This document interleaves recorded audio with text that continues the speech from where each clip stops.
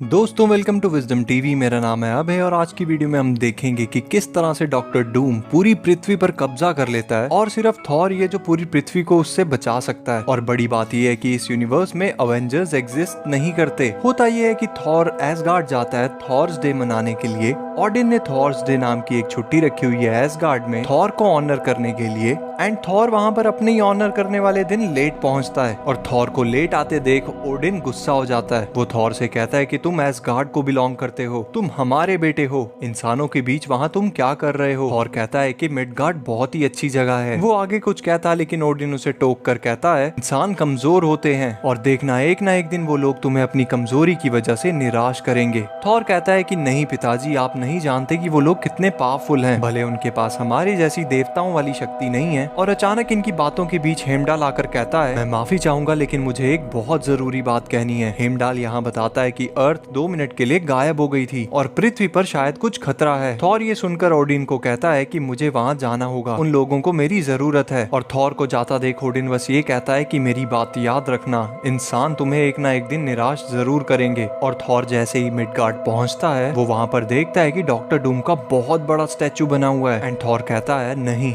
ऐसा नहीं हो सकता। फिर थॉर सोचता है कि उसे बस कुछ ही घंटे हुए थे एसगार्ड गए हुए, तो इतनी जल्दी डॉक्टर डूम मैनहट्टन पर कब्जा कैसे कर सकता है। और तभी वहाँ डॉक्टर डूम के कुछ रोबोट्स आ जाते हैं जो थॉर पर हमला कर देते हैं। थॉर उनसे लड़ ही रहा होता है कि अचानक हॉकाय आकर उसे बचा लेता है, पर रोबोट्स बहुत सारे होते हैं तो वहाँ पर फैल्कन भी आ जाता है और स्पाइडरमैन भी। फिर स्पाइडरमैन थॉर को कहता है कि अगर तुम थंडरर हो जिसके बारे में हमें बताया गया था कि तुम हमें बचाने आओगे, तो जरा अपनी ताकत का नमूना दिखाओ। और थॉर म्योनिर को हवा में उठाता है और एक ही बिजली के झटके में सारे डूम के रोबोट्स को खत्म कर देता है। फिर थॉर हॉकाय को उसके असली नाम से बुलाता है। थॉर कहता है Barton, captain America, iron man और हल्क कहाँ पर हैं? और फैल्कन कहता है कि इसे तुम्हारा असली नाम कैसे पता है? हॉकाय कहता है हमें बात करनी होगी लेकिन यहाँ पर नहीं। और फिर वो लोग एक बोट पकड़ते हैं और वहाँ से निकल जाते हैं। रास्ते में हॉकाय बताता है कि उसका नाम बुलजाय बार्टन है और ये है स्लिंगर एके पीटर पार्कर और ये हमारा एरियल स्पेशलिस्ट स्नैप है। और थॉर जब उनसे अवेंजर्स के बारे में पूछता है तो वो कहते हैं कि हम लोग डिफेंडर्स हैं। और रास्ते में वो लोग थॉर को ये भी बताते हैं कि जब से विक्टर वॉन डूम ने पृथ्वी पर कब्जा किया है तभी से एक थंडरर के बारे में बात की जा रही है और वो हूबहू थॉर से मिलता जुलता है। तभी अचानक उन पर डॉक्टर डूम के रोबोट्स आकर अटैक करते हैं और फैल्कन घायल हो जाता है। वो लोग अपनी बोट किनारे से लगाते हैं और तभी उनके सामने आती है ब्लैक ब्राइड। ये नताशा होती है। वो जैसे ही थॉर पर अटैक करती है तो थॉर कहता है नताशा,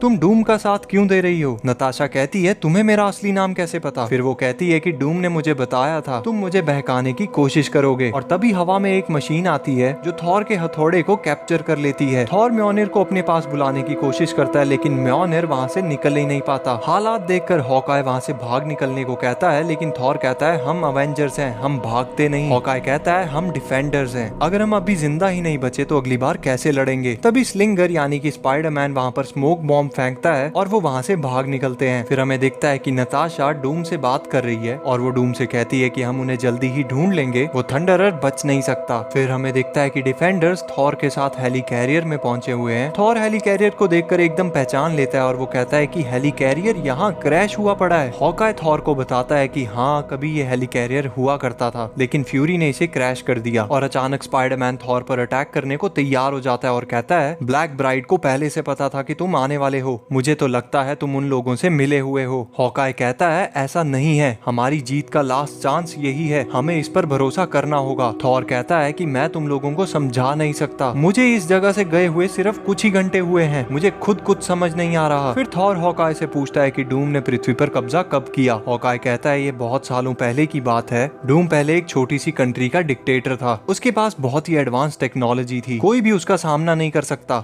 और देखते ही देखते उसने पूरी पृथ्वी को अपने कब्जे में कर लिया। थॉर कहता है ऐसा कैसे हो सकता है, मैं कल ही तो यहाँ से गया हूँ। और तभी वहाँ पर दीवार तोड़कर विक्टर वॉन डूम सामने आ जाता है। डॉक्टर डूम अकेला ही डिफेंडर्स को हरा देता है और जब थॉर उससे लड़ने लगता है तो उसके सूट से निकलते हुए गामा रेज थॉर को भी हरा देते हैं। फिर हमें दिखता है कि डॉक्टर डूम के रोबोट्स थॉर और डिफेंडर्स को जेल में ले जा रहे हैं और नताशा थॉर से कहती है तुम सच में काफी पावरफुल हो। थॉर नताशा से कहता है डूम ने तुम्हारे दिमाग पर कब्जा किया है, प्लीज मेरी बात मानो, मैं तुम्हारा दोस्त हूँ। फिर वो रोबोट्स डिफेंडर्स को जेल में ले जाते हैं और थॉर को डॉक्टर डूम के सामने। और वहाँ पर थॉर को दिखता है कि कैप्टन अमेरिका बर्फ में जमा हुआ है। इसका मतलब डॉक्टर डूम ने कैप्टन अमेरिका को कभी बर्फ से आजाद ही नहीं होने दिया। ये देखकर थॉर को बहुत गुस्सा आ जाता है और वो सीधे डूम पर अटैक करने लगता है लेकिन डॉक्टर डूम इजीली थॉर के अटैक्स को डॉज कर लेता है। फिर डूम थॉर पर अटैक करता है और फिर थॉर उठकर कहता है, आखिर तुम्हें ही मैं कैसे याद हूँ, मैं और किसी को याद क्यों नहीं, तुमने पृथ्वी पर कब्जा कैसे किया। डूम कहता है, मैंने किसी चीज पर कब्जा नहीं किया, मैंने तो पृथ्वी को बचाया है इंसानियत से। मैंने हर बीमारी को खत्म किया है, हर वॉर को, वर्ल्ड हंगर को, इन सारे मुद्दों को खत्म कर दिया। थॉर कहता है, ऐसा नहीं हो सकता, अवेंजर्स तुम्हें पृथ्वी पर कब्जा करने से रोक देते, वो नहीं तो फैंटास्टिक फोर ही सही। डॉक्टर डूम कहता है, इस नाम का इस दुनिया में कुछ भी नहीं है, ऐसा कुछ इस दुनिया में एग्जिस्ट ही नहीं करता। और तभी हमें दिखता है कि डॉक्टर डूम थॉर के हथौड़े के बारे में स्टार्क से बात कर रहा है। फिर स्टार्क कहता है कि मुझे थंडरर की जरूरत पड़ेगी, तभी जाके मैं म्योनिर को रिलीज कर सकता हूँ। और म्योनिर को वहाँ लैब में देख थॉर म्योनिर को अपने पास बुलाने की कोशिश करता है। स्टार्क थॉर को समझाता है कि म्योनिर को बुलाने का कोई फायदा नहीं, फिलहाल म्योनिर स्टैटिक टाइम स्पेस बबल में है। और जब थॉर टोनी से पूछता है कि उसकी चेस्ट का आर्क रिएक्टर कहाँ गया, तो स्टार्क बताता है कि मैं शील्ड के लिए वेपन्स बनाता था और एक दिन मेरा ही वेपन मेरे सामने आकर फटने वाला था, पर तभी वहाँ पर डॉक्टर डूम ने आकर मुझे बचा लिया। और तभी बैनर वहाँ आता है। थॉर बैनर को देखकर भी पूछता है कि हल कहाँ गया, और बैनर भी स्टार्क जैसी ही कहानी बताता है। वो कहता है कि मैं एक मॉन्स्टर बन जाता, एक एक्सीडेंट हुआ था, लेकिन विक्टर ने ऐसा एक सूट बनाया जिससे मेरे अंदर की गामा रेडिएशंस की वजह से मैं मॉन्स्टर नहीं बना। फिर थॉर डूम को कहता है, मैं समझ गया, तुमने इन लोगों के दिमाग पर काबू नहीं किया, लेकिन इन लोगों का वक्त बदल दिया, तुमने टाइम ट्रेवल किया है। फिर डूम बताता है कि वक्त में पीछे जाकर उसने उन लोगों को सुपर हीरो बनने से ही रोक दिया, और अगर वो सुपर हीरो होंगे ही नहीं तो डूम को कौन ही हरा पाएगा। फिर थॉर ये सुनकर डूम पर फिर से अटैक करता है, लेकिन बिना अपने हथौड़े के थॉर उसे नहीं हरा सकता। फिर डूम थॉर को लोगों के सामने बाहर बांध देता है और कहता है कि जो कोई भी मेरी बात नहीं मानेगा उसका ये हश्र होगा। डूम थॉर को मरवाने ही वाला होता है कि तभी फ्रैंक कासल एके पनीशर गन घुमा के उन रोबोट्स पर अटैक कर देता है। और नताशा भी अपना मास्क उतार कर कहती है, डूम मैं तुम्हारी ब्राइड बनने के बजाय विडो बनना पसंद करूंगी। और हमें पता चलता है कि नताशा, टोनी स्टार्क और पनीशर ये लोग बस डॉक्टर डूम से बचना चाहते थे, ये लोग बस थॉर के आने का वेट कर रहे थे। स्टार्क थॉर के म्योनिर को रिलीज कर देता है और नताशा ने थॉर के हाथ खोल दिए होते हैं। फिर थॉर म्योनिर को अपने पास बुलाता है और म्योनिर दीवार तोड़ते हुए उसके पास जा रहा होता है। एंड हमें दिखता है कि कैप्टन अमेरिका जिस बर्फ में जमा हुआ है वो भी जमीन पर जा गिरता है, पर जैसे ही म्योनिर थॉर के हाथों में आने ही वाला होता है, डूम थॉर पर अटैक कर देता है और थॉर लगभग ब्लैकआउट हो जाता है। फिर नताशा थॉर को एक जोर का बिजली का झटका देती है एंड फिर थॉर पूरी तरह से गुस्से से उठता है और फिर थॉर कहता है, अवेंजर्स असेंबल। फिर वो सब मिलकर डॉक्टर डूम से लड़ रहे होते हैं। डॉक्टर डूम बस कह रहा होता है कि मैंने इतने सालों की मेहनत की थी, मैं उसे मिट्टी में नहीं मिलने दूंगा। डॉक्टर डूम अपने एक रोबोट को पकड़कर हवा में उड़ते हुए टावर के सबसे ऊपर वाले रूम में जाता है और वो वहाँ पर टाइम मशीन ऑन करके कहता है, अब मैं और पीछे जाऊंगा और इन लोगों को पैदा ही नहीं होने दूंगा। थॉर फिर डॉक्टर डूम के पीछे चल पड़ता है, लेकिन डूम जैसे ही टाइम में पीछे जाने वाला होता है तभी बैनर आके उस मशीन को बंद कर देता है। फिर बैनर डूम को देखकर कहता है, मैं जानता हूँ कि स्टार्क कहता है कि वो सबसे ज्यादा अक्लमंद है, लेकिन तुम भी जानते हो यहाँ पर सबसे ज्यादा अक्लमंद मैं हूँ, मुझसे तुम कुछ नहीं छुपा सकते। फिर डॉक्टर डूम बैनर पर अटैक करने वाला होता है अपने गामा रेस से, लेकिन बैनर उसे कहता है कि मेरे अंदर छुपे हुए मॉन्स्टर के बारे में याद है ना, और डूम बैनर पर अटैक नहीं करता। और तभी वहाँ थॉर आ जाता है। फिर थॉर वहाँ आकर कहता है कि भले ताकत हो या ना हो, लेकिन मेरे दोस्त हमेशा से हीरोज थे। डॉक्टर डूम कहता है सेल्फ डिस्ट्रक्ट कोड, और तभी उसे कैप्टन अमेरिका की शील्ड आकर लगती है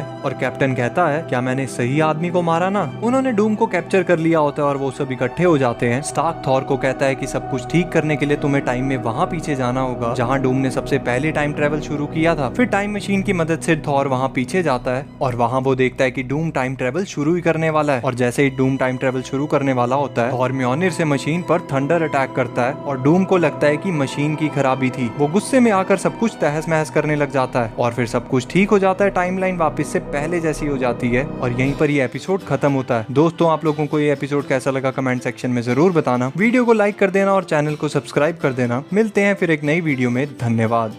What is love? Baby, don't hurt me.